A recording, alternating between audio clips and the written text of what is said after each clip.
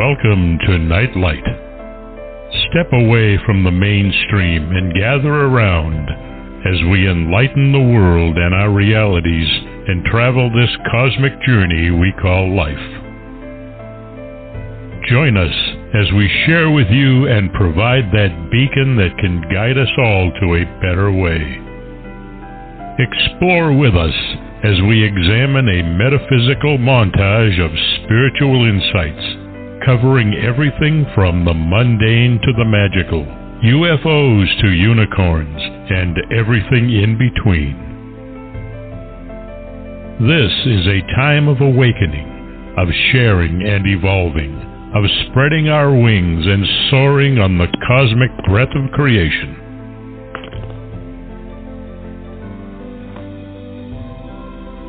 Come and join with other light-minded spirits as we weave our lights together to seek understanding, enlightenment, and, with a little luck, some wisdom.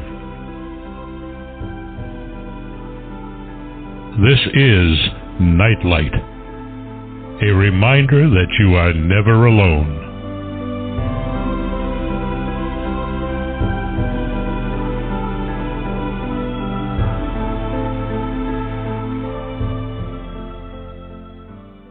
Welcome to Nightlight, everybody. Thank you so much for sharing your precious time with me tonight. I promise you it will definitely be a worthwhile investment.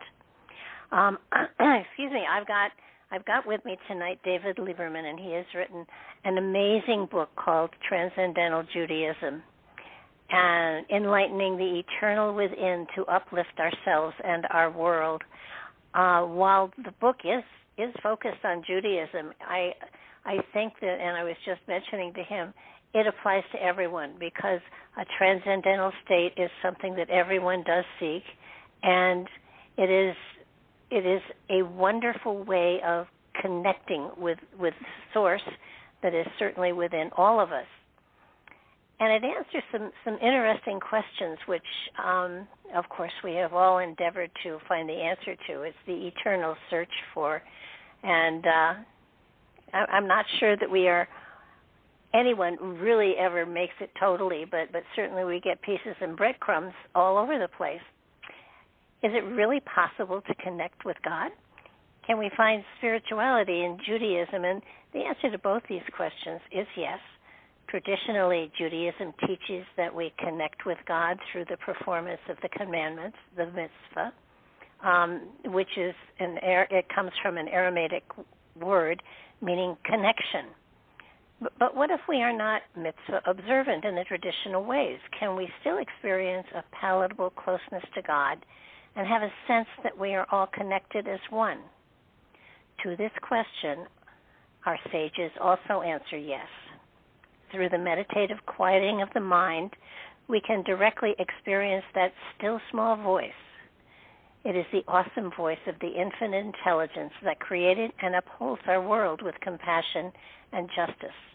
When we repeatedly experience it, we enliven its qualities into our lives. We walk in God's ways. And when we do so, we uplift not only ourselves, but the world around us as well. As I said before, this practice, this thought, this philosophy applies to every living person and creature on the planet.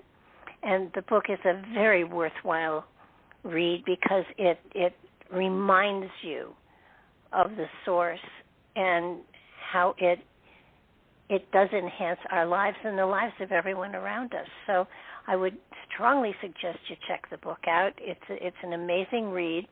It will create a whole bunch of questions inside of you, which is what a good book does. And it may send you on a journey that you don't expect, but the results of which could be life-changing for you. So welcome to the show, David. I'm so glad that you could share your time with me tonight, especially since I got the date wrong. Barbara, thanks for having me. I'm really excited to be here, and I look forward to our conversation. Oh, me too. I think that when you put transcendence or transcendental into any topic, into any any title of anything. That's where I go to immediately, because finding a transcendent aspect within yourself and being able to reach for it and touch into a level of awareness that we don't have in everyday life is something that most people are seeking, even if they don't even know they're seeking it. It's a journey I do believe that everyone is on, whether they're aware of it or not. I agree with you, and I even allude to that in the preface or in the early parts of my book, that this is not, as you said earlier, this is not a goal, a yearning just for Jewish people. It's a universal goal. It's a universal yearning, and I wanted to write a book that brought out this concept, this idea of the oneness of everyone and everything in the universe, and to bring that out through the deep history of the Jewish texts, just because that's my background, my religion, and my experience, and in doing so, I also wanted to open up the idea that there are many different paths to touching the transcendent through many different religious, spiritual, secular ways of doing so. It's a universal urge, a universal yearning, and my book looks at it through a Jewish lens, and we can talk about looking at it through many other lenses as well tonight if we want to. Well, I think no matter what philosophy people have about creation and our purpose and why we're here, the concept of God rests within everybody. And of course, Judaism is an ancient collection of works with the Torah and the Kabbalah, and not the oldest, but one of the oldest, I'm sure. And I understand you're utilizing the Bible because, of course, the Old Testament is such a wonderful source of stories and parables that teach you about the how we have a relationship with the source of all creation. And, I use sometimes the word God and sometimes divine and sometimes the source. And I guess everybody should use whatever term is comfortable for them. But it's, obviously we came from somewhere. We were created by something because of something. And of course, most of us are searching for why. And are you out of your mind? Why am I here? Right. So it's I think that it's the transcendental that got me. It's having people understand that regardless of their background, that having those moments of transcendence and it's not always the moment where when you experience a transcendental moment, you are not necessarily in a house of worship or praying. Sometimes it hits you unaware, and it's magical. And so I think we have to explain to them what transcendental means. And you're coming through a Judaic system, and I'm coming from a different system, and yet we are speaking the exact same thing. We are, Barbara, and I'm going to speak in largely secular terms, I think, this evening. And sure. That's a great way to start, is to talk about what do we mean by transcendent. And if you just go to the dictionary, which is sometimes a good place to start, even in very profound topics, something that is transcendent is beyond. You go beyond. It's not right there in front of you. And the transcendental experience, for me, and for many people that I've spoken with, it's an experience of going beyond your normal sense of awareness, even going beyond thought, going beyond emotion. You're going beyond these things to the source of them.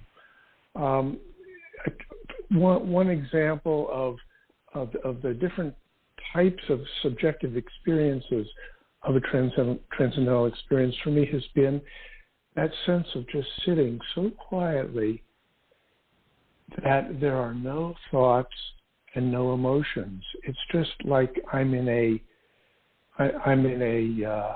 sort of nowhere land.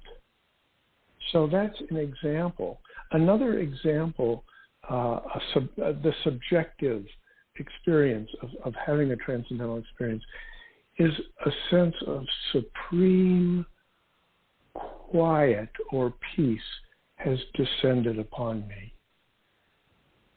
And another type of experience that sometimes comes with this is a sense of, and this is a little bit hard to explain, but it's a sense of all-knowing. But it's not that I'm knowing anything, but it's a sense of somehow a completeness of knowledge, but again, not of any specific knowledge. And the last one that I'll describe right now is the sense of oneness, the sense of connectedness with everything around us or everything around me, as though I was part of one gigantic, perfectly well-oiled, synchronous machine, where, yes, there's different parts to it, but really it's one, we're all one. Uh-huh. And I bet that many of your listeners right now are shaking their heads up and down, saying, yes, I have had an experience with one or more of those at any one time. And they may or may not have happened in a house of worship. You were describing to me when we spoke yesterday briefly about sort of a magical experience you had where everything came together. And I invite you to talk about it if you'd like. And I can talk very briefly about some other people, what their experiences are. But yes, we have this, and the reason that we do is because we're never not connected with our source. These are experiences of our source, and so when we fall into them, or when we purposefully sit and perform a practice that quiets the mind and lets us let our attention go inward instead of being habitually focused outward, then we can touch that and have that experience. Do you want to share with the audience? Oh, sure. You may have done this in the past, but what your experience of it was? Actually, I don't think I have. First of all, you call it transcendence. I use transcendence is a wonderful word. I call it a mountaintop experience. And I was in high school, and I was part of a youth choir, and the youth choir was invited down to a huge, huge church in New York City on the west side, and to sing with the adult choir the Alleluia chorus. And youth choirs, our voices were pure. Well, not mine. They put me close to the best singer because they could drown me out. But the music was so uplifting, it was worth it. But anyhow, so we went down in a bus and we walked in the front door, and the church was very empty and it was dark. It was a cathedral-like experience, and we walked down this huge center aisle, and you could hear our footsteps echoing. And at the very, very end of this aisle was the choir for the church was waiting for us, and we had to do a rehearsal, and so we left our coats and stuff in the pews, and we lined up, and the organ began. And because there was nobody in the church other than us, it filled the church. It was like you were, first of all, embraced by the music.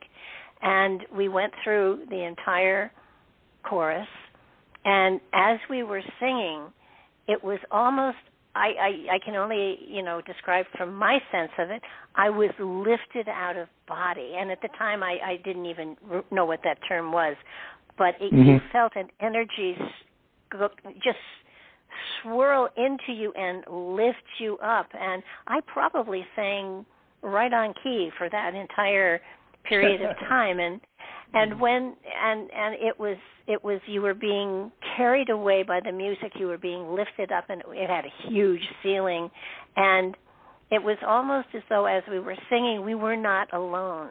And when we were all done and the music, we stopped singing and the organ stopped playing, and the last echoes of the organ in the sanctuary died away, we turned and looked at each other, and every single person there, the organist, the director, the adult choir, the children's choir, youth choir, sorry, we all had tears streaming down our faces, but nobody said anything. Beautiful.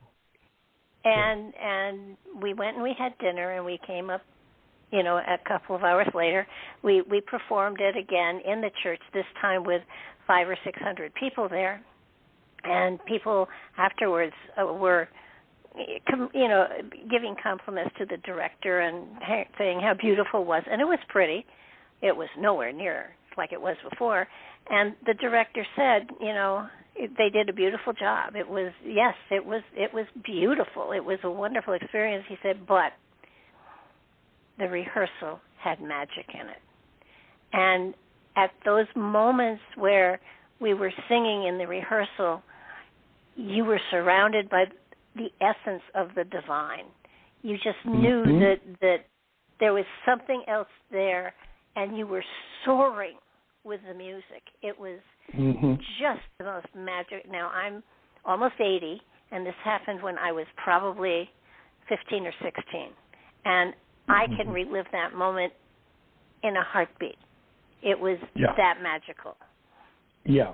And, since there have been other moments, but they haven't quite been that magical. But it's the same essence of it's really quite magnificent in that you have all the answers to everything, and you don't need to even ask the questions because the answers are already a part of you.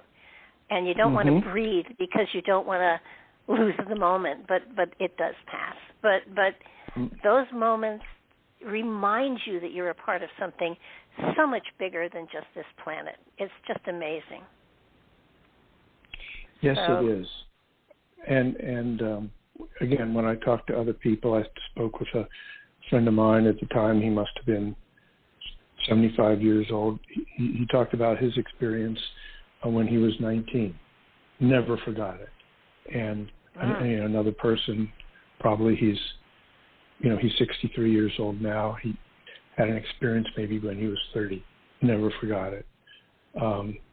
And so yes, they stick with you, and their intensity, certainly can vary. I think your first time, it takes you by surprise and it's indelible, and yet when you have the good fortune to bring yourself into that experience again, and particularly if you do it over and over and over again through the use of a technique that facilitates transcendence, then that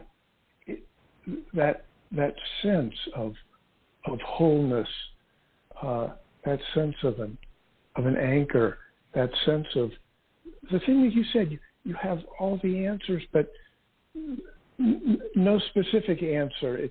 They're within you. You said the answers are within you. That exact same feeling that I'm talking about, and the repeated experience of that enlivens that oneness, that silence, that eternal. It enlivens it in us so that you said it comes and then it inevitably goes. And I submit that, yes, for many of us right now in our societal, personal and societal path in evolution, it comes and it goes. But I'm suggesting through Hebrew texts and other experiences that does not necessarily have to be the case. That over time, the repeated experience of that silence, it becomes then lively in our awareness as we go about doing the other activities in our lives. And that doesn't mean that it's important for everybody to understand. I feel that if you even choose to dedicate your life to this, it doesn't mean you put on a white robe and go to the mountaintop and wait for the mothership. It's a way of life, and not always easy at many times. But if you can get to that place inside of yourself, nothing ever is wrong. It comes.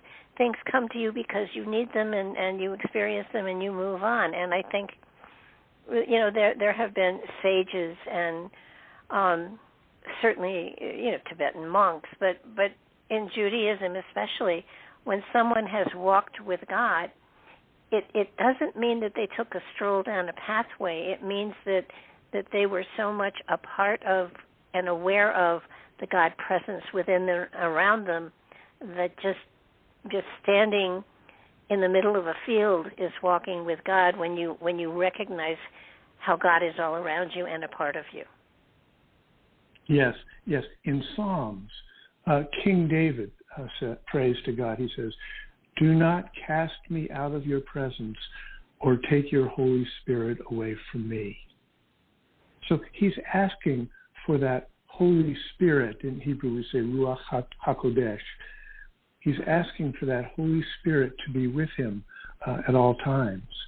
And that doesn't mean that King David doesn't sit on his throne and make rulings and do this and do that and do the other thing.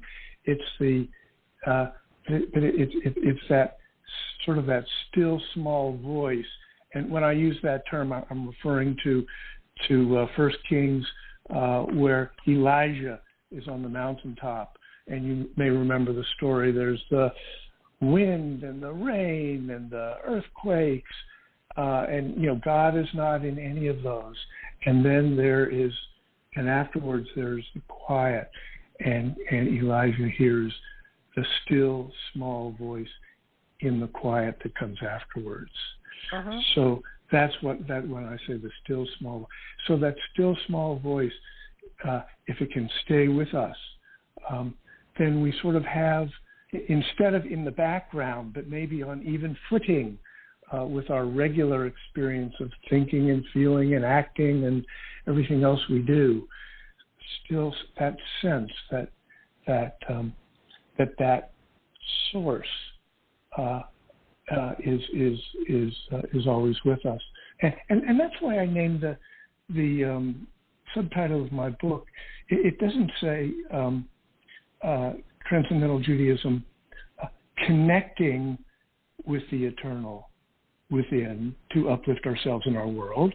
It says Transcendental Judaism, enlivening the eternal within to uplift ourselves in our world. It's already there, as you said. Uh-huh. It just needs. We just need to let our attention go to it, and then it will be enlivened for us. And I'm not sure where to go next. I could talk a little bit. I don't want to get too deeply into theology, although to remind us of Genesis, where God creates the world out of nothing and simply speaks, and the world comes into being. in mystical Judaism, which is often referred to generally as Kabbalah, there's a term for that hidden God from which everything springs.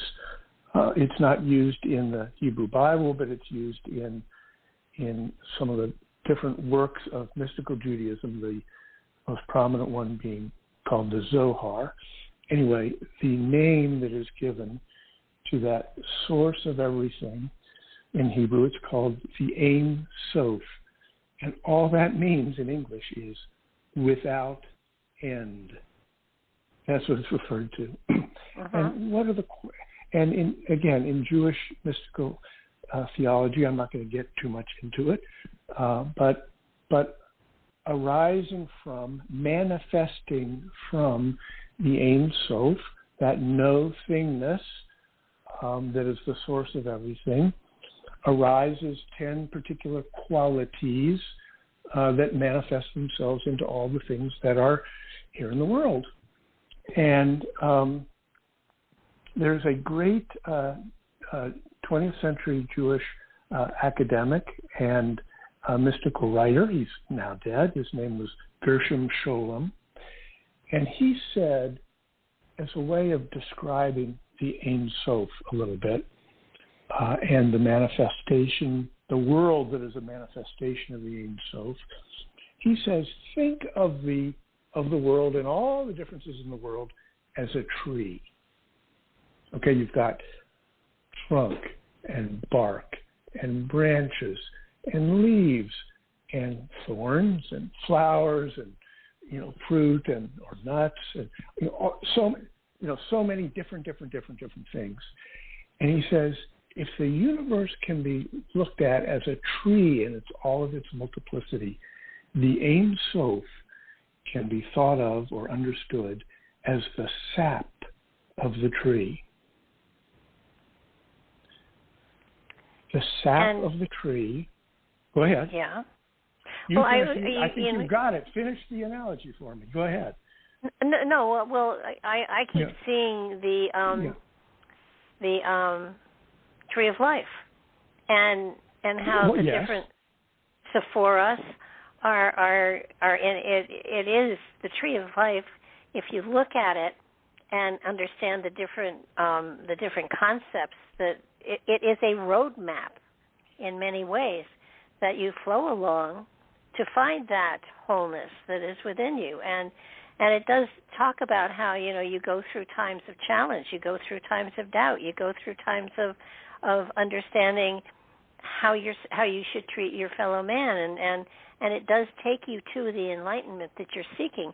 And I would strongly urge people to take a look at the tree of life, because it is a roadmap for you, at least in my opinion. Yes. Yeah. Yes to all of that. Let me take a minute and go back to completing the analogy that it was what I thought you were going to say, and I'd just like to finish that out because it'll help close a loop. So if the universe is the multiplicity of all the different parts of a tree, and the Ein Sof is the sap of the tree. Now, the sap of a tree is the essence of everything in the tree. The sap isn't brown like the branches. It isn't tough like the bark. It isn't soft like the leaf. It doesn't have a beautiful smell like the flower, or it tastes. It has no qualities. Yet it has the infinite intelligence to manifest all different qualities, and it has the infinite creativity to create all these many different types of, say, trees, keeping with the analogy that we have in the universe. So the sap is the source, it's the essence, and it still exists as the essence of the leaf. It's there as the essence of the branch. The sap is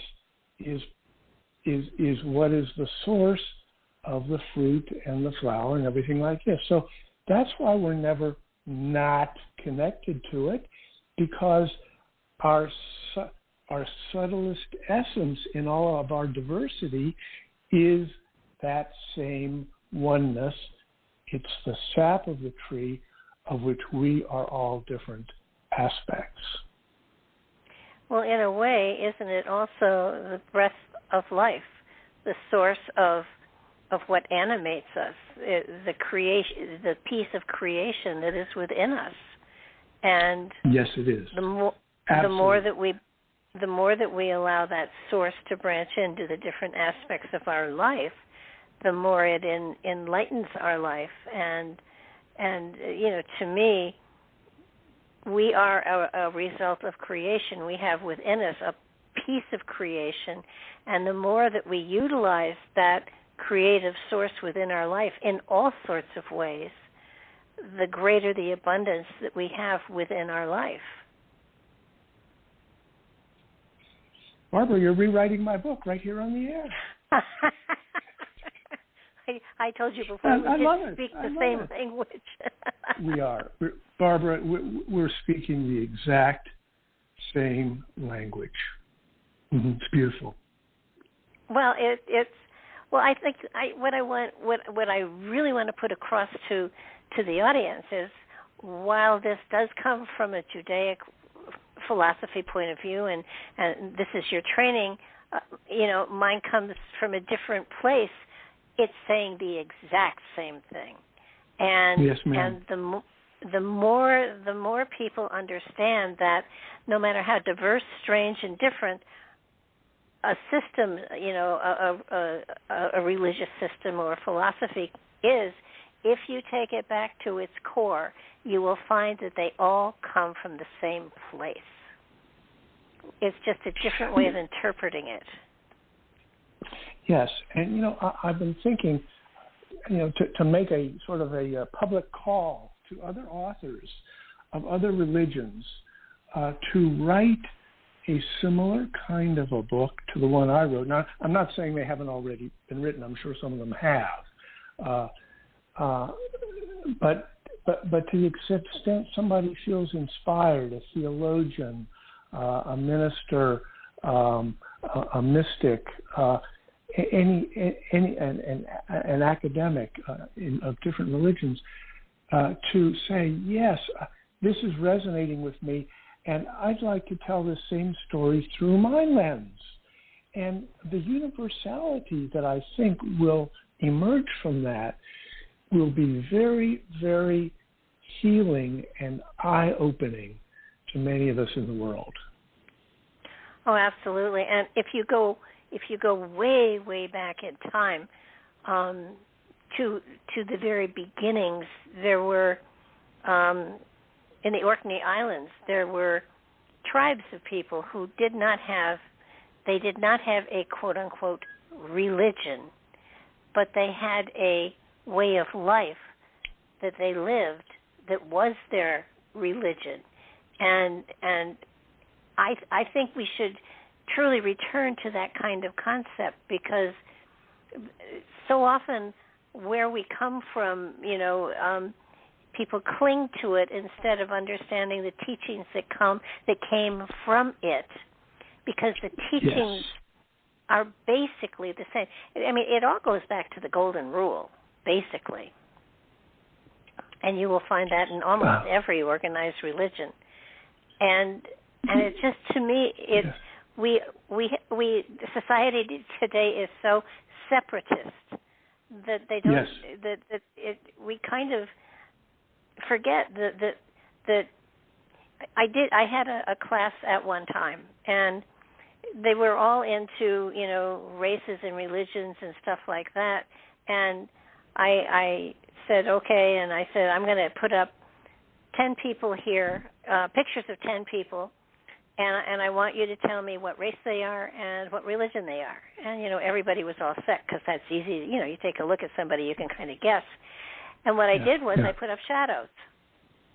And the class, this is an adult class, this was in a graduate program. Finally somebody said, well, how can we tell? And I said, well, would you like us to be more specific? And somebody said, I can't even tell if they're male or female. And, I said, well, do you want another picture? And I said, sure, no problem. And I put up x-rays. And someone said to me, how can we tell the difference when all we see is what's inside? And I said, exactly, class is over. Think about it. That was brilliant. Yeah.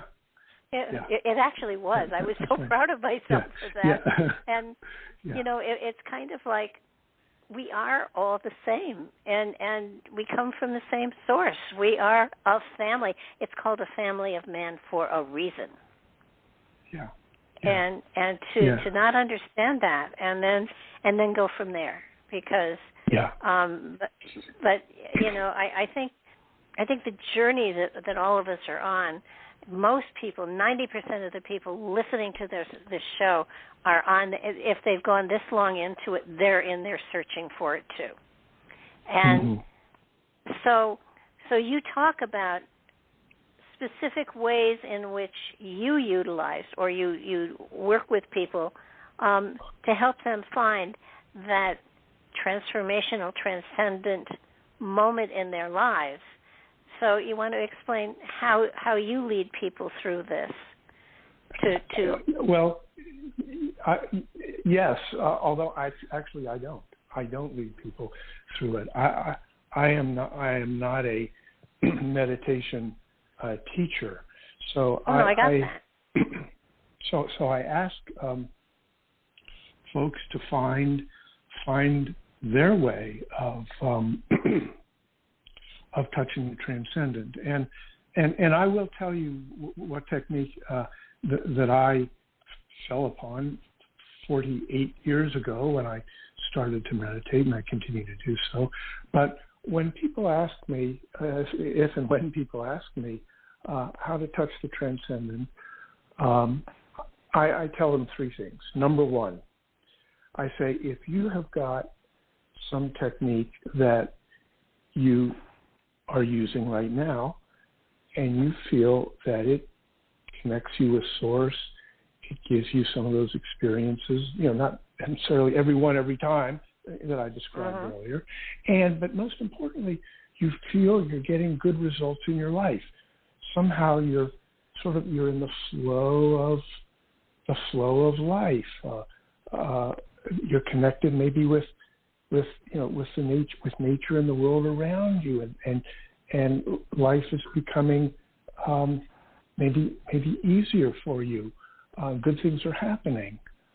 Not that never bad things will happen, but you seem to be in tune with the world around you.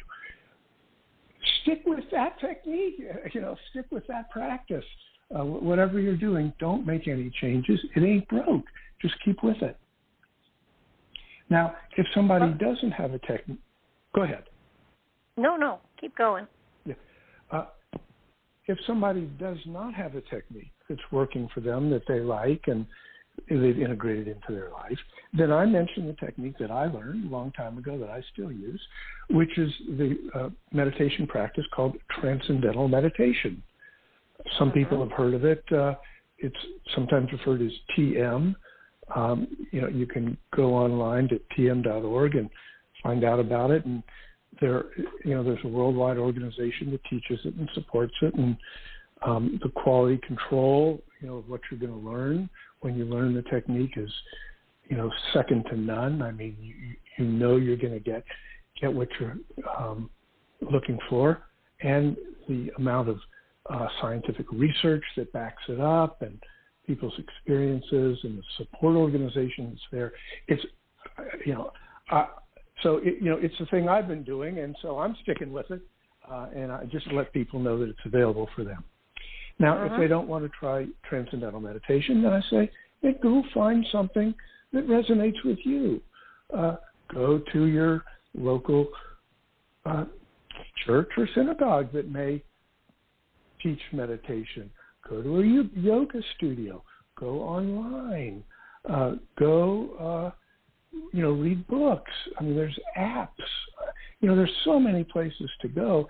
it can be a little bit daunting, but you got to follow your intuition, and you have to find something that, that's meaningful to you. And so that's really just what I say. I want to let people find the way of touching Source that's most meaningful to them, and I just describe sort of in order, the recommendations that I have.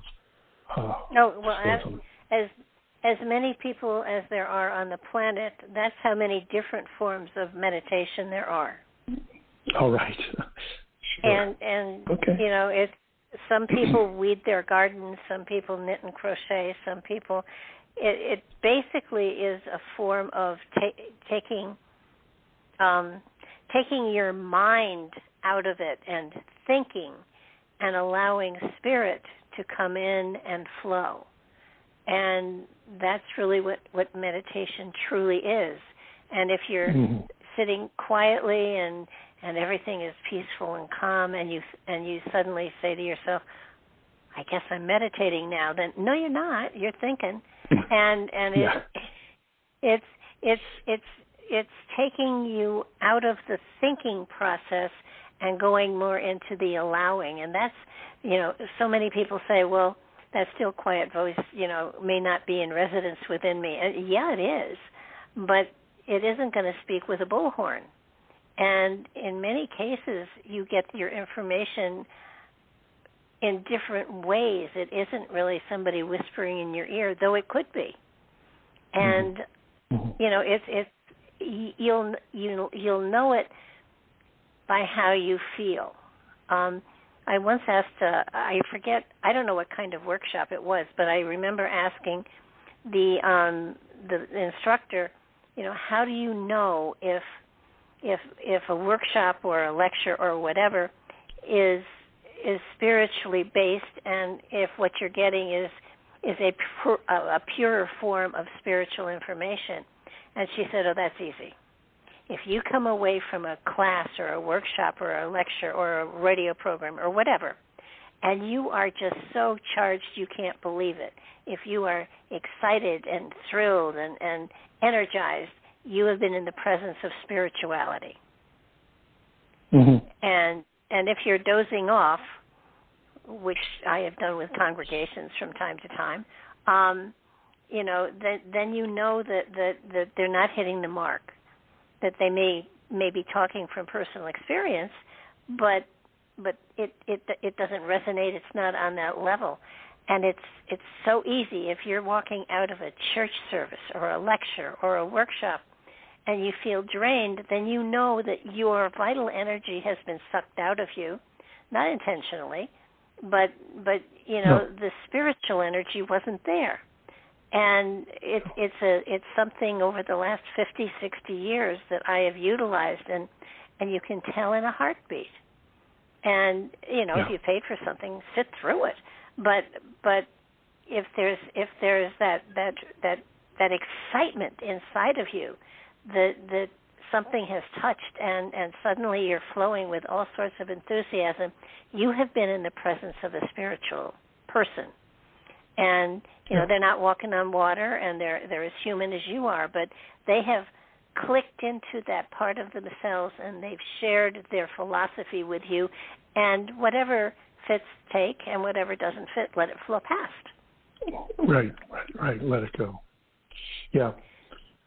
Barbara, I'd like to say a couple of things about meditation and different types of meditations, if I could, for a moment, sure. Please.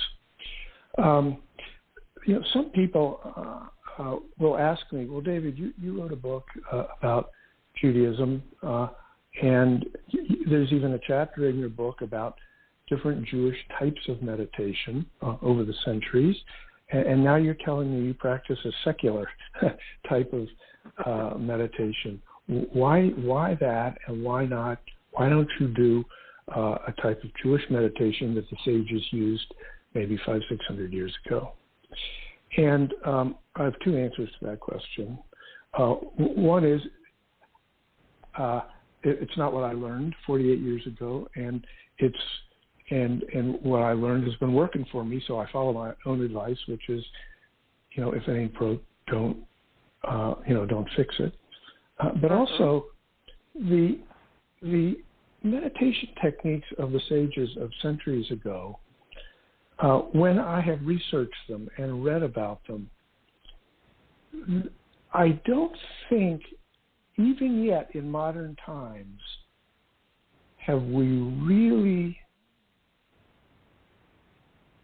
gotten to the core secrets of those types of meditations. And what I mean by that is the literature that I read always says these meditations are not for everyone. They're for the most pious. These meditations can be difficult and can even be dangerous for you if not done properly. These meditations, need to start at midnight, and you need to spend an hour preparing beforehand, and then you'll meditate through the night. And I'm thinking, this doesn't seem like it's going to be, as you said before, energizing for me. And so, and I have toyed with some of these Jewish meditations, and maybe they require lots and lots and lots of practice in order to become easy, so your mind can settle down and reach the point where you transcend, you go beyond thought, as you described. But they all seem to be more complex, and I think there's a possibility that in the future, and I'm not going to predict, I have no idea how long in distant into the future, but we may find the key to these ancient Jewish meditations that make them accessible to everyone, and make them easy and provide the benefits that the sages were looking for. And the sages were looking for the benefits that you and I have already discussed today. Cleaving to God, letting one's ego, one's thoughts, one's emotions, fall away, and just being in awe of the silence and things like that. And I'm not going to go through. I probably covered 10 different types of Jewish meditations in the book. But again, they're all about this connecting, emptying your mind, so you can be with God. But I just am not sure that we've really found yet the key to these. I'm hoping that we will. But in a way, if you want to go back 2,000, 5,000 years, if you take a look at society as a whole, no TV, no radio, no newspapers, no books, no internet, the atmosphere was clearer, the air was better. There were not the distractions that there are in today's world to enable someone to do that. There are Tibetan monks in mountain places, I'm sure, that are not encumbered by all of the distractions, that are able to sit in meditation for days, weeks, and months, that are able to slow their heartbeats, that are able to do so many of the things that they are able to do. But they are isolate too, and in order to get to that point, life has to be far more simplistic than it is today. I mean, it's just I agree with you, but I don't see how someone can get to that point where you don't worry about the rent and the mortgage and food and clothing and putting kids through college. None of that was there encumbering someone's ability to be quiet and listen. And I think that's part of it, Barbara, but I don't think it's the whole thing, because it wasn't, as I read about these meditation techniques, there wasn't any complaint about the inability to walk outside of your little hut or your tent and go into the forest and find quiet. And even now, we even if we have kids, we can for 15 minutes often go into our bedroom and close the door and have 15 minutes of quiet. And again, the technique that I use, and millions of people around the world use the technique of transcendental meditation. The technique is such that it will facilitate the quieting of the mind, and you can regularly, touch the source.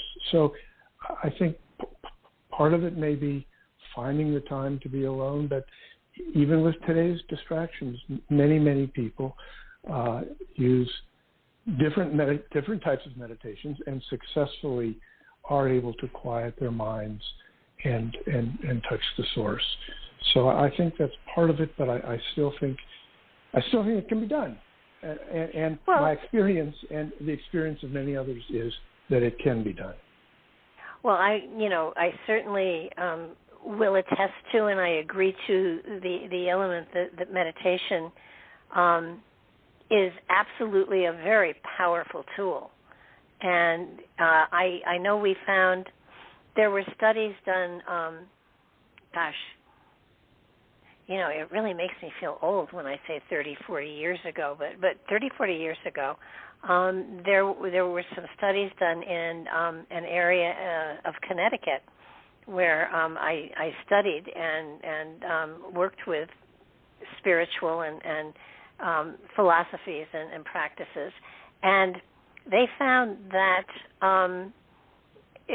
we had a regular meditation that we did as a group, and did it at the same time every week, and they did find that in the hospitals and that were close, and nursing homes that were closest to us, that the regularity of that meditation, they did find at that point in time that there was less complaints and less illness and less all sorts of stuff when the group was together meditating. So a group of people meditating can change the environment around them if it's done consistently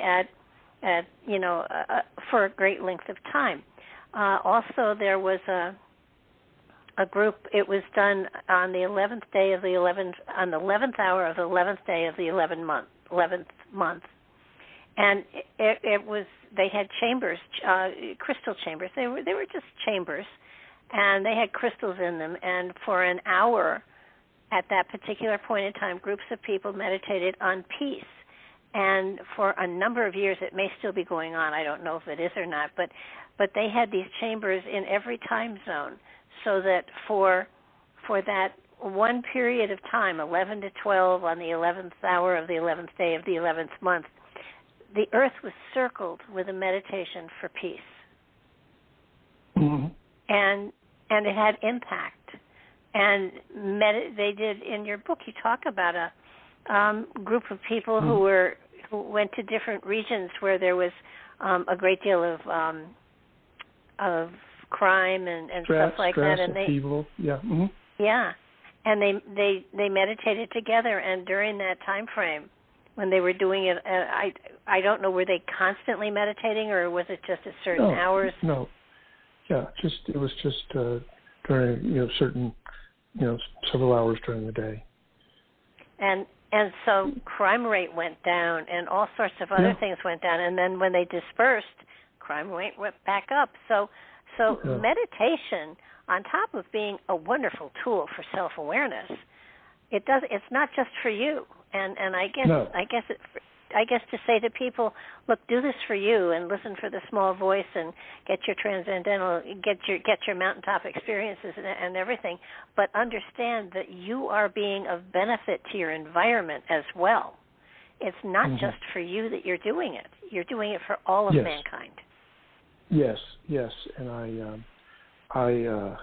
want to reemphasize that, and again by saying that again the subtitle of my book is to uplift ourselves and our world. So again, we're talking the same language. And these studies, I haven't seen the write-ups that of the ones that you described. I just don't happen to be familiar with them, but I do document in my book, a handful of sort of these societal change ones that were published in peer-reviewed journals. These are not just somebody making something up, using scientific methods with baselines and statistical significance that these things are happening. So I don't know that we have all the answers on why yet, but from a scientific perspective, but again from a theological perspective of the oneness of us all,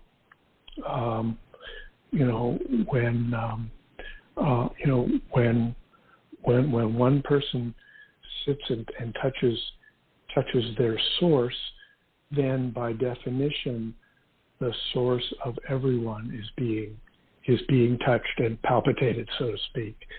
And what is that source?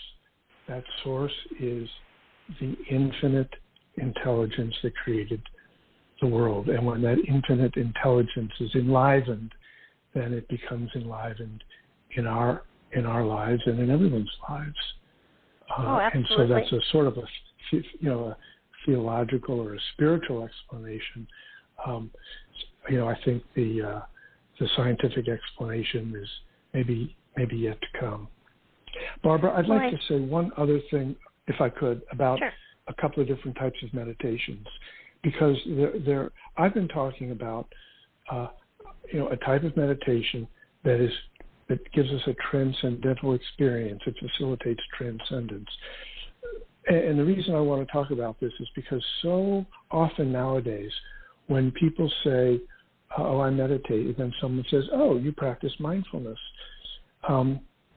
those two words are often taken as synonyms.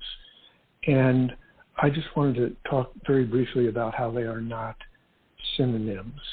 That mindfulness is a type of meditation, one that produces nice benefits, and it's very beneficial for people. But it is not a transcending type of meditation that necessarily helps us quiet down and touch our source and go beyond thought and beyond emotion. And the reason is because simply, due to the way it's practiced. I've taken a mindfulness course. I'm sure many people practice mindfulness and they get benefit from it. You sit quietly, perhaps focus on your breath for a little bit, and then you become gently aware or mindful of thoughts that come to you, emotions. Something may trigger you, and you say, I never really thought of that before. And you let it go. You let your mind quiet back down. But the practice of mindfulness, it helps connect you with your psyche, with your emotions, and it can calm you down and produce a number of benefits for you. So it can be a very, very helpful type of meditation, but it's not necessarily one that facilitates transcendence. So it's a different type of meditation than the type I'm talking about in my book. And there's another popular type of meditation that I'm not talking about in my book that also provides benefits, but different types of benefits. It's a meditation that's considered a focused or a concentration meditation.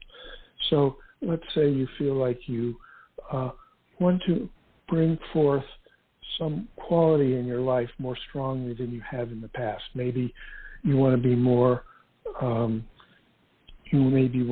compassionate, or you may want to be more grateful, or courageous, or whatever quality you want.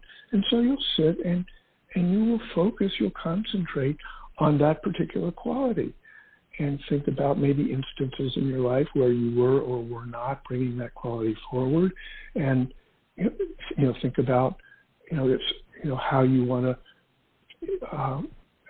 how you want to grow that quality in your life, and after some period of time of doing that, you'll be done with your meditation, and you'll carry that out with you into the world, and you will be more compassionate. You will notice that it's time to be more grateful. Oh, I should be grateful now. I shouldn't be honking my horn or this or that. But you're not transcending during that. You're not going beyond, because you're still thinking, you're still feeling, you're still analyzing. But it produces a different type of benefit. So I just wanted to lay out that there are different types of meditations, each with different types of benefits.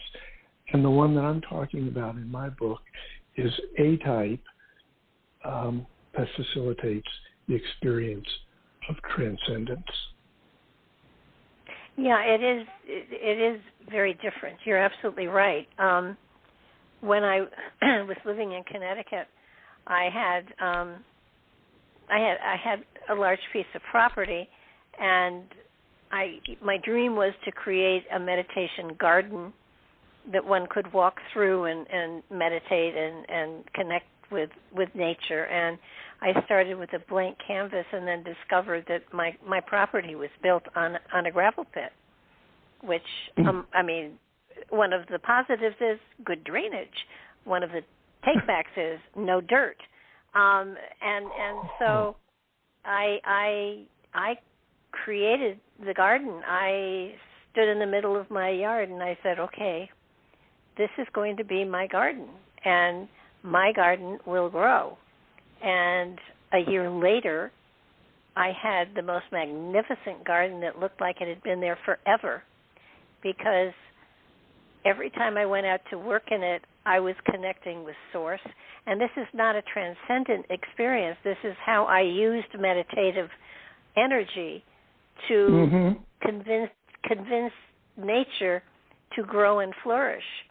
And it was the most magical thing in the whole world. But there was direct intent, help me to create a garden here where peacefulness and love and everything, and can be had. And it was the most it was a very magical experience, but there was great intent in it. And I know when somebody came with their children and asked what I had, I said, it's a meditation garden. And they said, I don't believe in it. And it's like, you don't have to. Enjoy the flowers. But the kids wanted to know how you walked the pathway, and it was 11 series of 11 steps for 11 stages to transcendence, hopefully, at some point in time. And so I said to the kids, well, you have to take this seriously. And, they were 13 and 14 years old. I said, every time you step on the next stepping stone, you have to think a loving, kind thought for someone. And there were a lot of steps. And by the time those kids got actually done walking it, they were quiet, they were loving, they were well-behaved. Their parents said, how did you do that? And I said, they actually did what I told them to. Every time they took a step, they had a loving thought of a pet, an animal, whatever. But they had love that they were generating from their being that was flowing out over everyone. And it's a magical thing to do.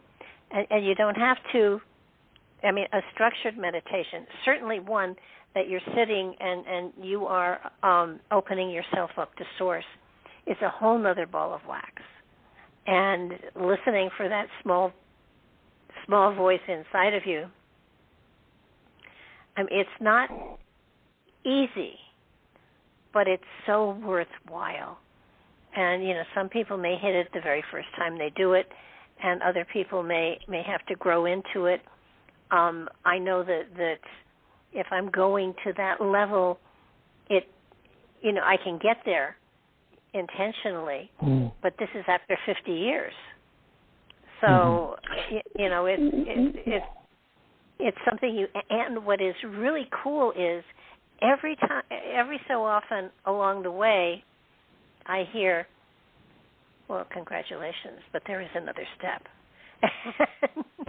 Oh, yeah, there's always another step. But I must say, Barbara, my experience is different than yours. I find that my ability to sit quietly with the meditative quieting of the mind is easy.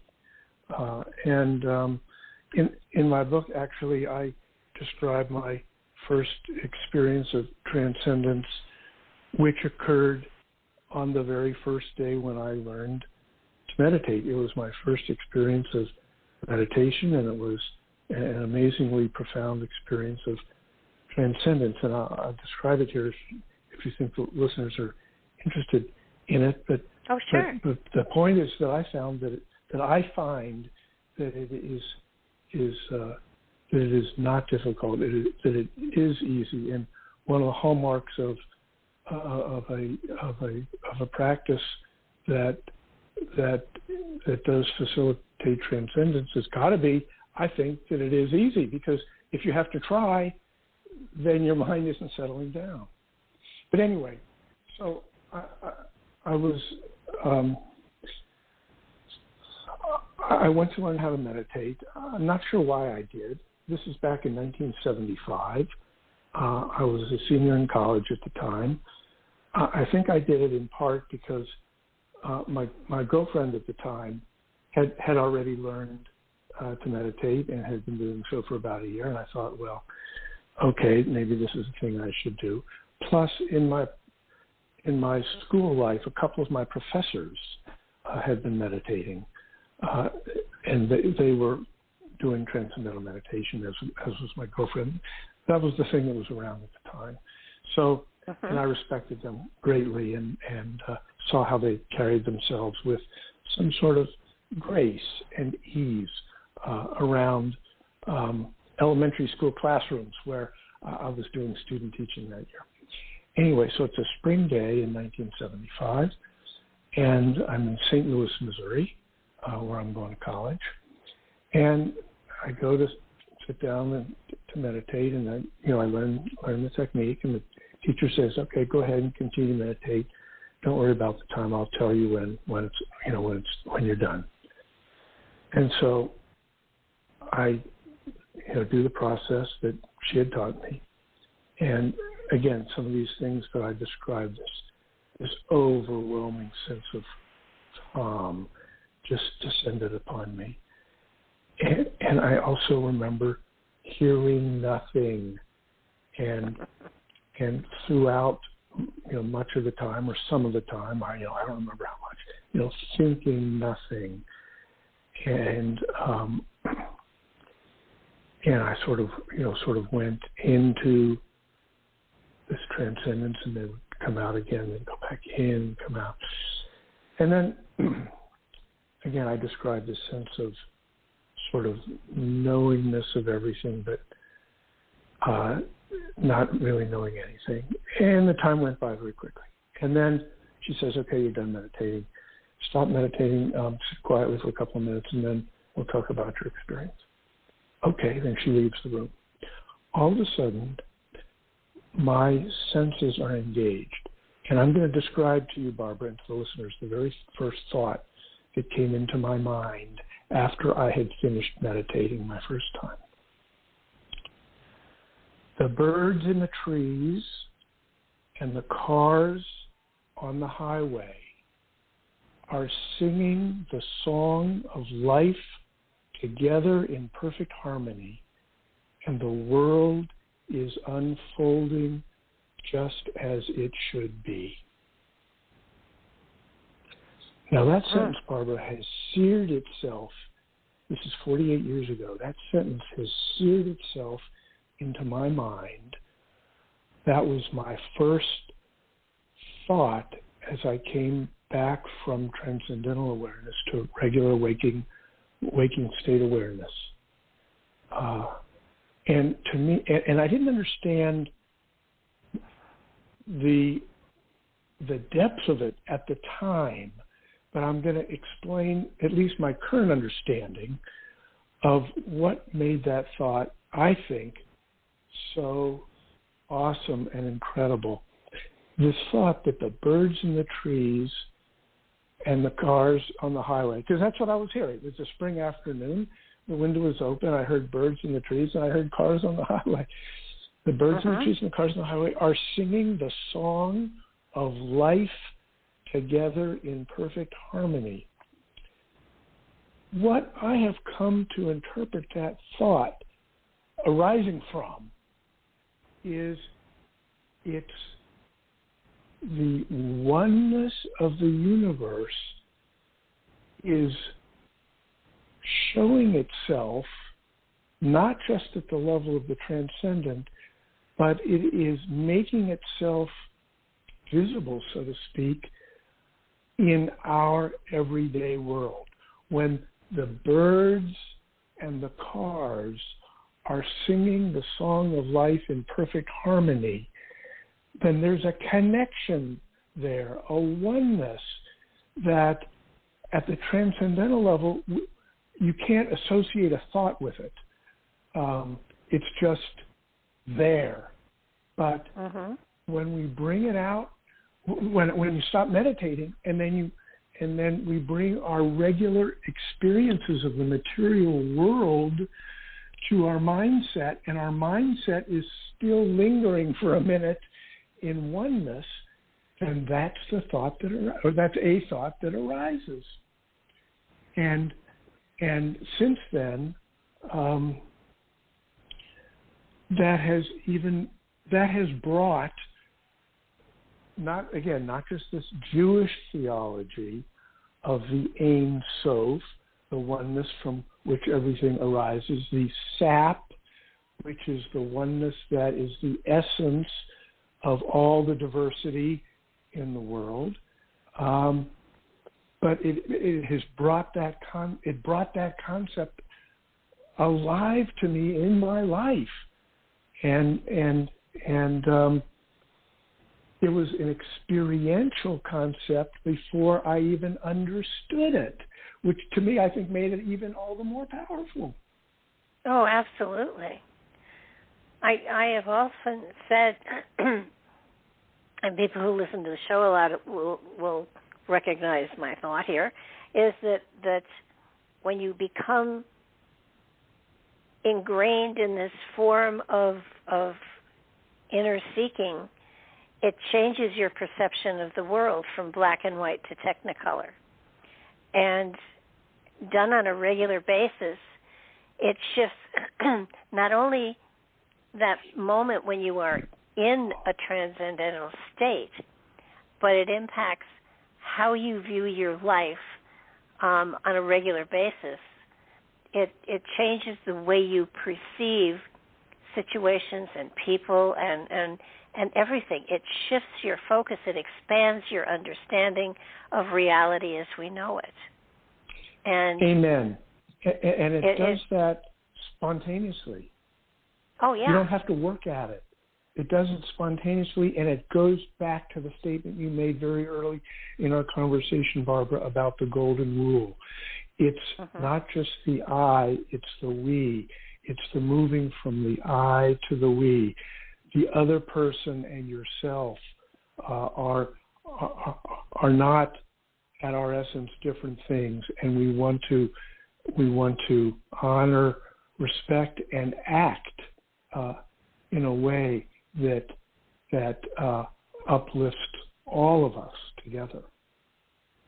Well, I think yes, and I think also it makes you appreciate everyone, and not everyone is going to be at the same place at the same time, but knowing that they have that ability that is in them, that is there, it gives you a better understanding of what oneness is, and it takes away the diversities. It takes away the different categories. It makes everybody at the same place.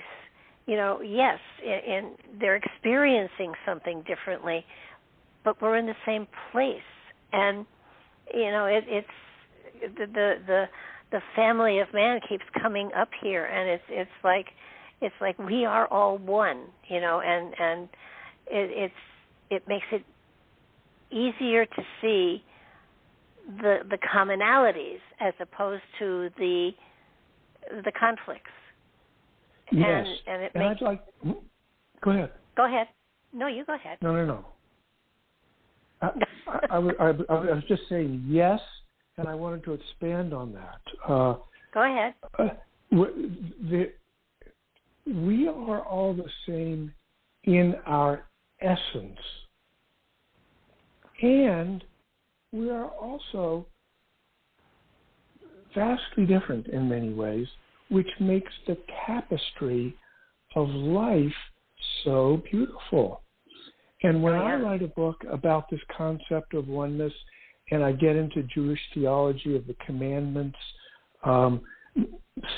some people will know that in the Hebrew Bible, there are not just 10 commandments.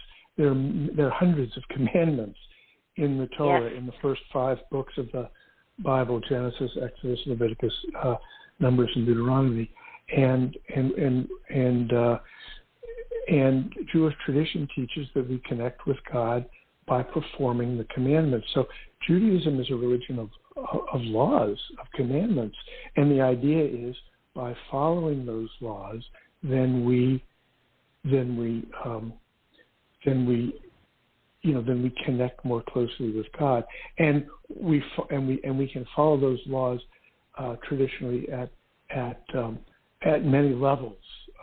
We can follow them at the sort of the literal level, which is very important, like, thou shalt not steal, thou shalt not murder. How about following that at the literal level? That's worth doing.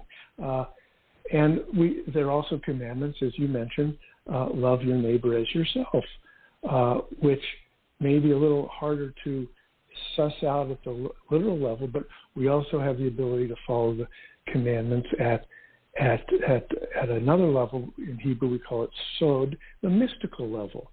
And this connecting with God through this transcendental quieting of the mind is a way of following the commandments at a mystical level. We can still follow them at the literal level. One doesn't negate the other, but it expands our way of connecting with God by connecting at different levels. Now, that's a brief discussion about Judaism and connecting with God, and Judaism being a religion of laws that we follow at different levels to help us connect with God. But how beautiful that there are other spiritual traditions, religions that connect with God through other ways. Christianity through Jesus, and other maybe native traditions through the earth, and this tapestry of all these different ways of connecting with God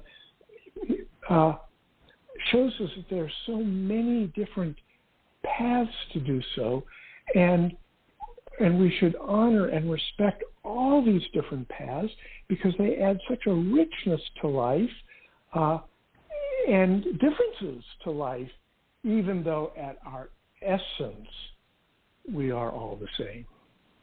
Mm-hmm. I think what can be confusing is, originally I think it was 615, 613 laws, something like that were handed down. 600 commandments, yeah. Commandments, yeah. Mm-hmm. Laws, yeah. Now they applied in that time frame. Have they evolved into current times? Things like not wearing 2 different kinds of, cotton or linen, or there are some unusual laws there. There are, and the very definitive answer to that, Barbara, is yes and no. So let me start with the yes, and also I need to briefly touch on the word evolve, because there's a whole Jewish discussion about what that means too. But I'm not going to make it too long, but I do want to answer your question. First of all, there are well over 100 of these commandments that can no longer be practiced at all right now, because they're commandments related to the practice of animal sacrifices back when the temples were built. There were two temples in Jerusalem. The first one built maybe about, I think, 1,000 years before the Common Era, and then it was destroyed after 400 years or so. Then after about another 100 years, another temple was built, and it was destroyed in the year 70 of the Common Era. And so all those commandments around the temple and temple sacrifices and other rites cannot be practiced anymore. Okay, there are other commandments that specifically relate to if you're living in the land of Israel. So some of those commandments are practiced now in Israel, but not in the diaspora or the rest of the world. And then, but there are still many commandments that still are in force and are practiced at different levels of thoroughness. And the commandment about not wearing a garment made out of cotton and linen, yes, that is still practiced by many, many people. And so,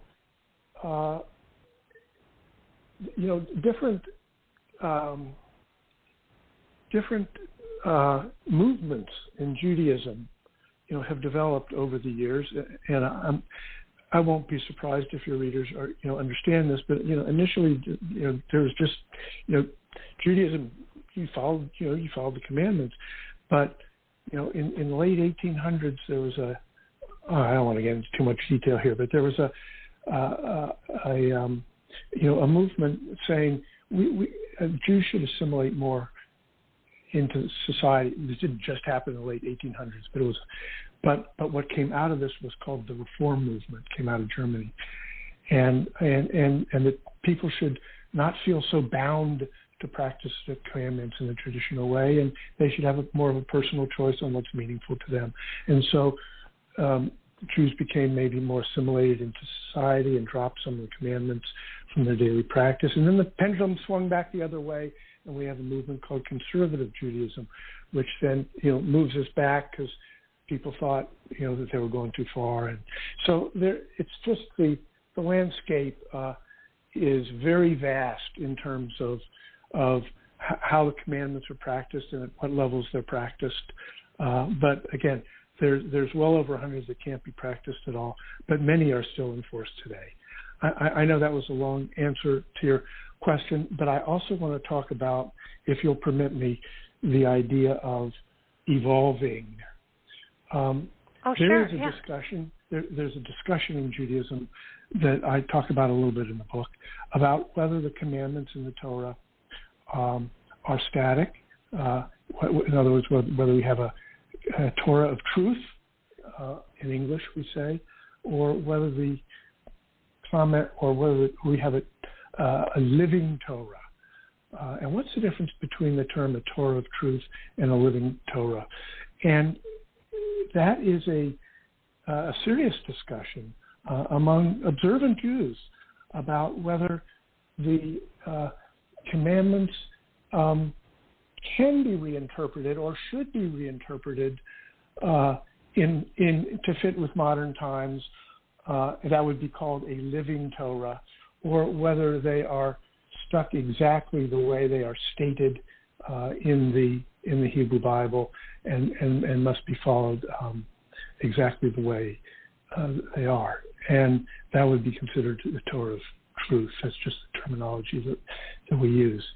And what makes it not a black and white answer is that in addition to the written Torah that we have in the Bible, there is also the oral law, which was, because the Bible was very terse and concise in what it says, and the rabbis always wanted to know, well, what does this mean? What does this mean? And so the oral law was developed and it literally was an oral law for thousands of years until finally around the year 100 to 300 of the Common Era, the oral law got written down, and then there was commentary about the oral law that was written down, and all of that turned into a series of volumes that is called the Talmud, and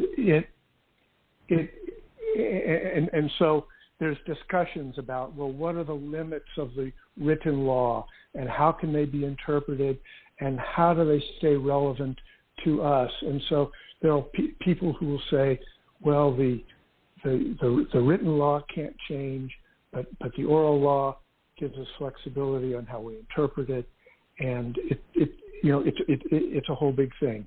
And the way that I want to end this conversation is by saying that what I find very, very interesting about the Talmud is that when the rabbis were discussing and writing down the oral law and the commentary on the oral law, they wrote down the opinions of the rabbis who thought that the answer was A, about a certain ruling, and they wrote down in the Talmud the arguments of the rabbis who thought that the answer was B. Yes and no. They wanted to preserve the thought processes and the arguments and the rationales that the rabbis had, because perhaps a ruling at that time would be based on circumstances that might be unique to that time or to what was going on in that instance. And maybe at another time, a rabbi would find and not just a rabbi, but all of us living our lives, maybe who study Talmud or don't, will find that there's a rationale for a different reason because of a different circumstance.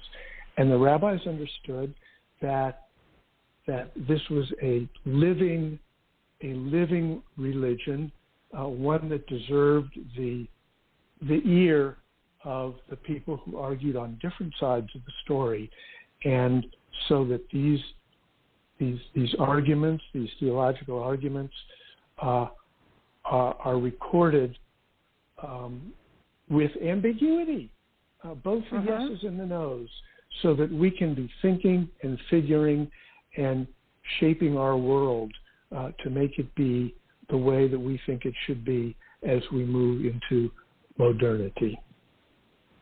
Well, I totally agree. I think that, especially with the Ten Commandments, I've often said when I did serve in the pulpit, I can remember doing a sermon on them. Not sermon. I didn't do sermons. I did a sharing. And I went through what the Ten Commandments were, and I said, now, how many of you live by these? And of course, everybody raised their hand.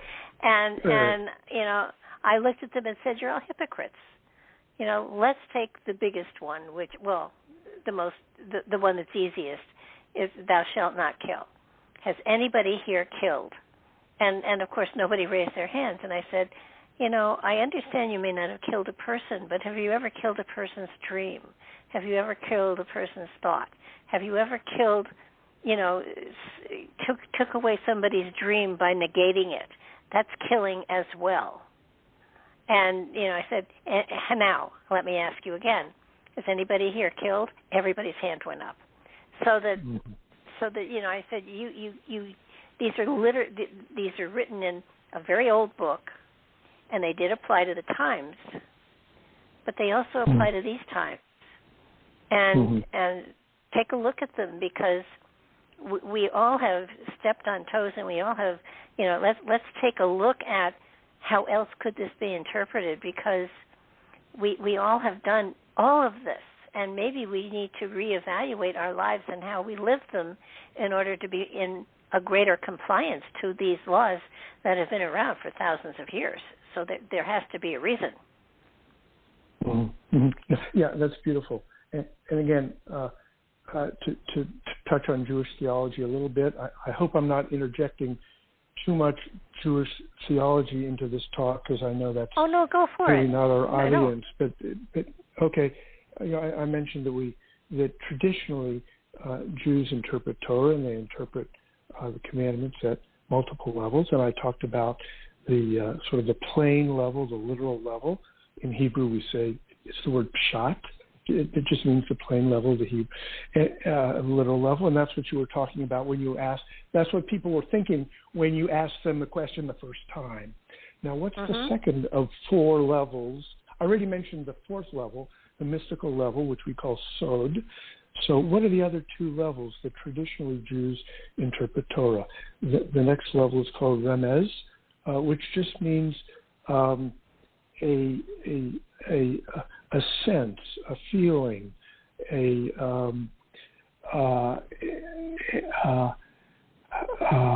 like a sort of a story of what's going on, a reference to it, so at a different level, you can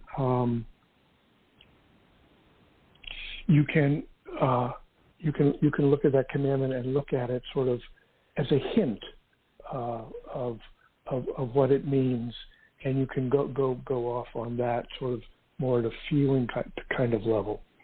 And then the third level is called drash, which is more the intellectual level. It's a story. It's an intellectual understanding or a description of what's happening. So these different levels of interpretation, which you elucidated to the congregation that day about how we follow the commandments and how we can do so at different levels, and each level can bring a different or a deeper or another perspective to what the commandment means. Mm-hmm. And I think that's part of transcendence. That's part of understanding.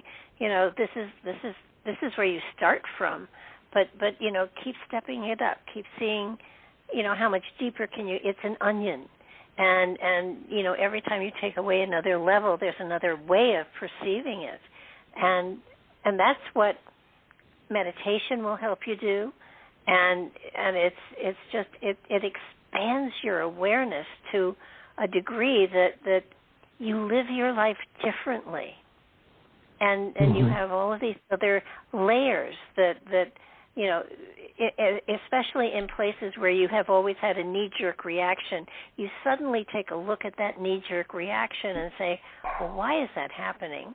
And maybe there's something I can change in me to get a better response from what I've looked for before. And it makes life so fascinating because it's not cut and dried. It's not black and white. There are so many different levels and shades, and it gives you an opportunity to become a better person and a better part of your community and a better part of the family in which we all belong. So going into this... Go ahead. Go ahead. No. And we're going into this process, it changes the world. And, everybody says, I'm just one voice, I won't make any difference. No, that's so not true. Because as you change yourself, people around you are forced to change in order to continue to be with you and deal with you. So that without you doing anything, you are changing your reality, and it's one step at a time. It's somebody once said my voice doesn't have any meaning, and that's not true. It's kind of like a drop of water will create a ripple that will create a swell that will create a wave that will eventually create a tsunami. So that you put it out there and you live it, and as you live it, you affect every other person that you touch, and there was a commercial on TV for Clairol, I think. And they told someone, and they told someone, and they told someone, and it showed how it magnifies just from one person. So you can change the world. You may not live long enough to see it, but you can. You are speaking a very, very Jewish philosophy here, whether you realize it or not. When I talked about the Talmud and the rabbis' opinions who said yes were written down, and the rabbis whose opinions said no were written down. Judaism is a religion very largely of action. Again, its commandments is the way that we should live our lives. That connects us with God, again, by interpreting them at multiple levels. And so, yes, we don't want to have an experience of transcendence just to sit there for 15 minutes and have this sense of oneness and awe. We want to take that sense of loving your neighbor as yourself when we experience that the birds in the trees and the cars in the highway are singing the song of life together in perfect harmony. We want to take that sense of oneness, just as you said, out into the world and make it a better world. That's a very, very deep tenet in Jewish theology, and we refer to it sort of informally. We use the term tikkun olam, and what that means is repair the world. Our job is to repair the world, and of course, it's not only the job of the Jews to do that, but it is a deeply held tenet of Judaism, which you just so eloquently described, is that this sense of this oneness, this sense of this togetherness, this sense that we can uplift in ourselves and our world together, and we must do so. That is at the core of Judaism, and so these experiences of awe and godliness that we have aren't just to have them, but are to take them out into the world and to help each other make the world a better place. Tikkun olam, we say in Judaism. Right, and you're not, not necessarily you're not going to walk on water or any of that unless it's frozen. But well, I can walk on water. It just needs to be frozen, and I can levitate. Yeah. You just have to scare the bejesus out of me. But it's sort of like you don't want to be obnoxious. You just want to change your life and your approach to it. And in doing that, you change. It's like it's like you just shift the way you live your life, and you don't have to be obnoxious about it. No. And what happens is people are affected by it, and because they're affected by your changes, they start to change. And you don't create a tsunami overnight,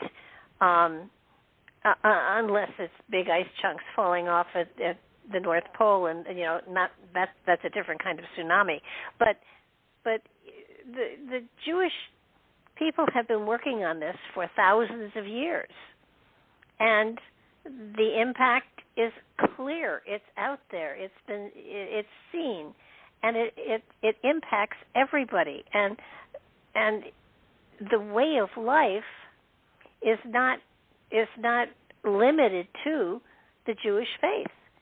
It's, right. It's for everybody, and you don't have to become a Jew to have a transcendental experience, and when one has that, then all of the lines that divide us are erased, and there's a oneness, which is amazing.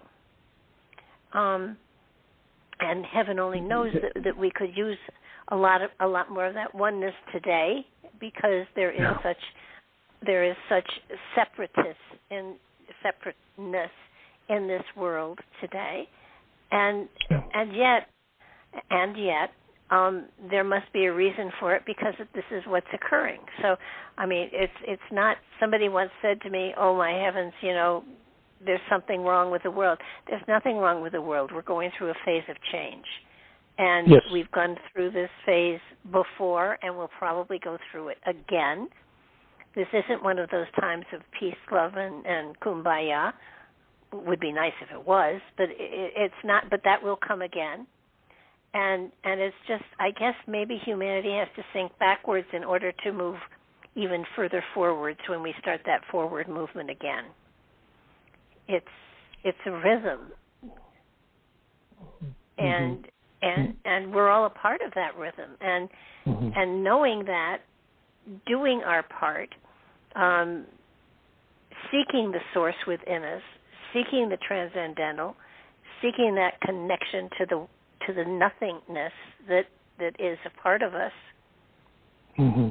it is really an important journey for us, and everybody's on the same journey. And more than seeking it, actually experiencing it, because it's possible to do it. We don't have to doing it. You can find ways. You can go out there and find ways to do it. And by touching it, not just seeking to touch it, by touching it and doing so regularly on a daily basis will make a noticeable difference in enlivening that eternal that is already within us, uplifting ourselves and uplifting our world. So it's more than seeking. We can do it. It's doable. Oh, yeah. We have the ability. Yeah. And I think, too, while it is a deeply moving, touching experience, it's also a joyful celebration. So it's not, you don't fold your hands and bow your head as much as celebrate with laughter and joy, because you've touched something that is so magical, and you know it exists, but you can't touch it, feel it, smell it, or anything, but you know it, and that's what makes it so magic. I'm so glad you said that. Well, I'm glad. No, it's just that you brought that point out. Yeah, we haven't talked about the joy, and I'm glad you did. Oh, it's. I think the joy that wells up in you when you experience this, and for me it sometimes is frustrating, because I'll just be so ebullient. I'm crazy, and I can't. It's hard to bring someone along with you when they haven't had that experience, and it's hard to explain. It's like reading a book that the words jump out at you and you just love it, because whoever wrote it loved words and has woven a beautiful fabric, and it's just so juicy you want to share it, and there's nobody you can share it with. And so it's a personal thing, but you can share your response to it with other people. Without saying, I've had just such a cool experience with meditation. You can joyfully celebrate without telling people what you're celebrating, and everybody will find that aspect in their own way at their own time. You can't force it on people. No, and you wouldn't want to, because everyone's got their own. Everyone's got their own path.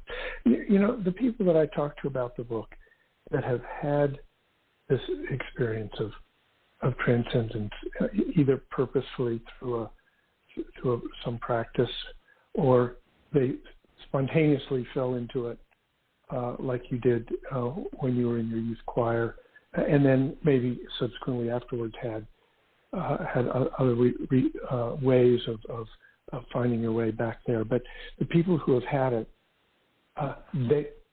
they get what I'm talking about in the book in a very visceral way. And the people who haven't, but even if they're very learned in theology, Jewish or otherwise, or academics, if they haven't had that experience, they sort of appreciate what we're talking about, but they don't fully get it. And I bet there are people in your listening audience right now who are, again, they're nodding their, if they've had this, they're nodding their heads. They know exactly what we're talking about. And other people are saying, you know, that sounds good, but I don't really fully get this. And my suggestion to them is go out and find a way to have this experience through, you know, whatever way you can, you know, through whatever suggestion I might have at the end of my book, which I described to you different ways of doing it. And once you have it, you will be in awe. You will be in awe. Oh, absolutely. And, you know, again, the joyful part. I mean, I have a sense of humor about this whole process. It's not that I belittle it. It's just that it is such a joyful experience. It's hard to be somber because it is just so enlivening and so exciting and so, you know, magical that you feel more, you see more, you experience more, and there's a greater richness in life because of it. And, you know, you can talk about it, you can describe it as best you can, but until somebody has felt it, they don't understand what you're talking about totally. And that's okay, because, you know, everybody will find their way in their own time, in their own way, and I do believe that everyone does at some point in time reach and touch it. And sometimes people experienced it, appreciated it, but don't go searching for it again. And then other people become crazy, and you know, they're out there, you know, looking for it all over the place. It's a part of you. It's a richness that is a part of every one of us. So to experience it and find it, you need only look inside, and it's there for you. And I think that's one of, if I have to say there's anything frustrating about putting this kind of material out there, it's like everyone can have this kind of experience. You need only put the effort in, and it's there. And sometimes you experience it and you don't even know what it is until you reflect back on it later. But it's there, and it changes your life so dramatically. I mean, it gives you a different perception on everything, and it takes anger away and vengeance away, and it shows you that even the bad things that happen have happened for a good reason, and especially if you grow from it, then it's even, you know, I mean, there have been times in my life when I've been through situations that have been horrible at the moment, and yet afterwards I learned so much from it. I am not spiritually evolved enough so that I wrote thank you notes to people, but I absolutely did appreciate the experience because it taught me something wonderful about myself. Later, go ahead. No, I thought you were done. I was just going to move on to a related topic. Why don't you finish? Sure. No, I'm done. Go ahead. So I just wanted to bring forth a quotation from a rabbi from the 18th century, is Rabbi Menachem Nahum, he lived in Russia at the time. He said, "What is the world? The world is God wrapped in robes of God so as to appear to be material. And who are we? We are God wrapped in robes of God. And our task is to unwrap the robes and thus discover that we and all the world are God. So again, it's that message. That's beautiful, I think. Rabbi Menachem Nahum, and it gets back to that concept that Gershom Scholem taught, that the universe is a tree, the Ein Sof, that no-thingness that is everything, is the sap of the tree, and it still lives in the essence of all of us. And when we unwrap the differences of the leaves and the bark and the fruit and everything, when we unwrap that, we find that all that's there is the essence, the sap, the oneness that is all of us. Mm-hmm. Yeah, that's beautiful. I think that there's so much going on in the world today, and so many people are struggling in so many different ways. Getting down to bare bones like this is sometimes very hard, but I do feel that so many people today are looking for that journey within to enrich themselves, if not with money, then with love and understanding and compassion that we also have within ourselves. So it makes life so much richer. I mean, I don't have a lot of money, but I am so rich because of the joyful experience of all the people I get to touch, like you. I mean, I've had, I get to read your words, and then I get to talk to you about your philosophy. I mean, that's the greatest gift anybody can give you. And if I had to pay for a class from you, I'm not sure I would be able to do that. Well, I've listened to several of your shows, and it must be mind-blowing and fascinating, the amazing conversations you have with so many. I'm not sure I could absorb it all, but congratulations for you for setting up a way of life for yourself that exposes you and people to these amazing concepts, and that you bring them forth to your audiences. It's I'm appreciative to be a part of it. I really am. Well, this is my PhD program, and I talk all of you into tutoring me for 2 hours and not having to pay you, which is so cool. Right. You got a good thing going. I have a great thing going. It is such a gift, and the only thing I'm required to do is to read a book a week, and that's a joy for me.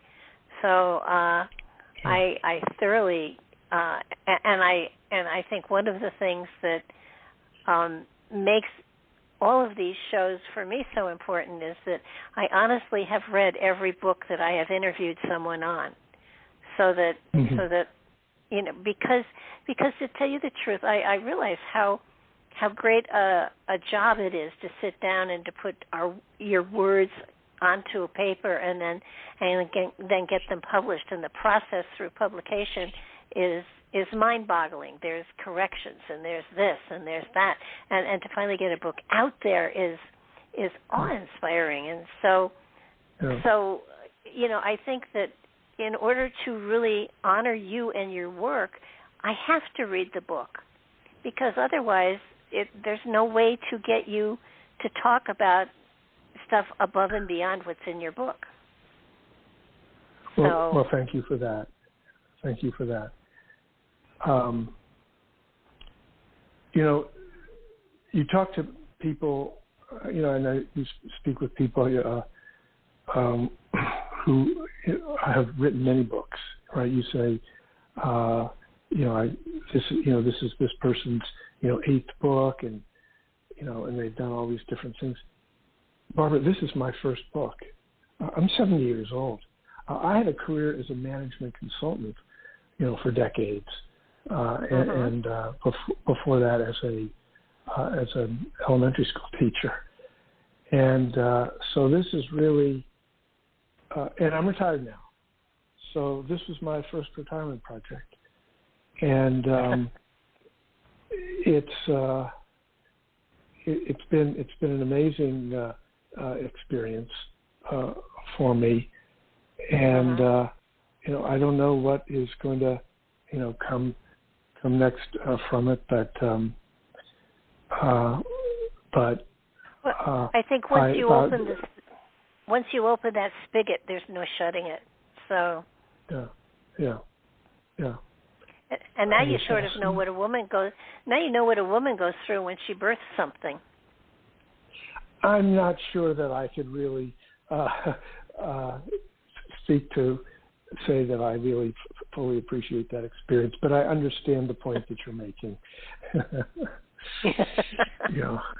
Well, I've had the joy of publication and the agony of birthing a child. So, I mean, there are comparisons for sure.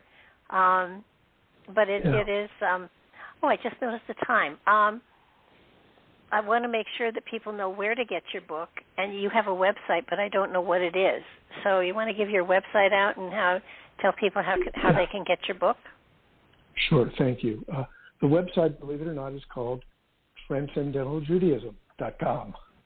So it's easy to find, and I've got links on there to be able to jump over to Amazon and buy the book, or BarnesandNoble.com to buy the book, or you can buy it directly from the publisher, Width and Stock, who I thank for picking up a first-time writer and publishing the book. So that's how you can get the book and find out a little bit more. Also, I have done several other talk shows and interviews, and I have links to those on my website if people want to hear about the book, maybe from a little different angle when I've spoken about it with other people. If we have a minute, I'd also like to talk about, just briefly mention, a not-for-profit organization where I'm on the board of directors that ties in a couple of important concepts that we worked very hard on that we talked about today. The name of the not-for-profit is called Valley Beit Midrash, and the website is VALLEYBEITMIDRASH.org. In Hebrew, it just means House of Study, Valley Beit Midrash. It's a Jewish not-for-profit, and it links what we were talking about today. We address the ethical teachings of our Jewish texts, and we work for social justice in the communities and around the U.S., and we train up young people to pass the baton on to continue the work. So it's an organization that I believe does great work, not just because it's educational, but it translates, as you were talking and we were talking about earlier today, it translates that education into action to make the world a better place and to pass the baton on so that we can keep the work going from generation to generation. Fabulous. And you squeezed it in. So that's wonderful. And if anyone missed it, you can always rewind and back this up. The show will be on YouTube by tomorrow, and it goes out in archive over 20 or 30 different servers. So we will get the word out there. I want to thank you so much. This has been such a delightful evening. And I Barbara, so appreciate I really enjoyed it. I've enjoyed it, and I appreciate your having me on the show. It was a pleasure. Write another book. We'll do it again. That sounds wonderful. That's maybe just the invitation I need. Okay. Thank you again. This has been a delight. The book is Transcendental Judaism, Enlivening the Internal Within You, Uplift to Ourselves and Our World. It's an amazing read. You will learn from it. You will grow from it. And it'll set you on a pathway that it could be a lifetime pathway that will just enhance your life and those around you. So do check out David's book. Again, thank you, David. It's been a pleasure. And thank you, everybody, for being here tonight. And check us out tomorrow night and Wednesday night and Friday night. It's a busy week, And we look forward to seeing and hearing from all of you. Bye-bye now.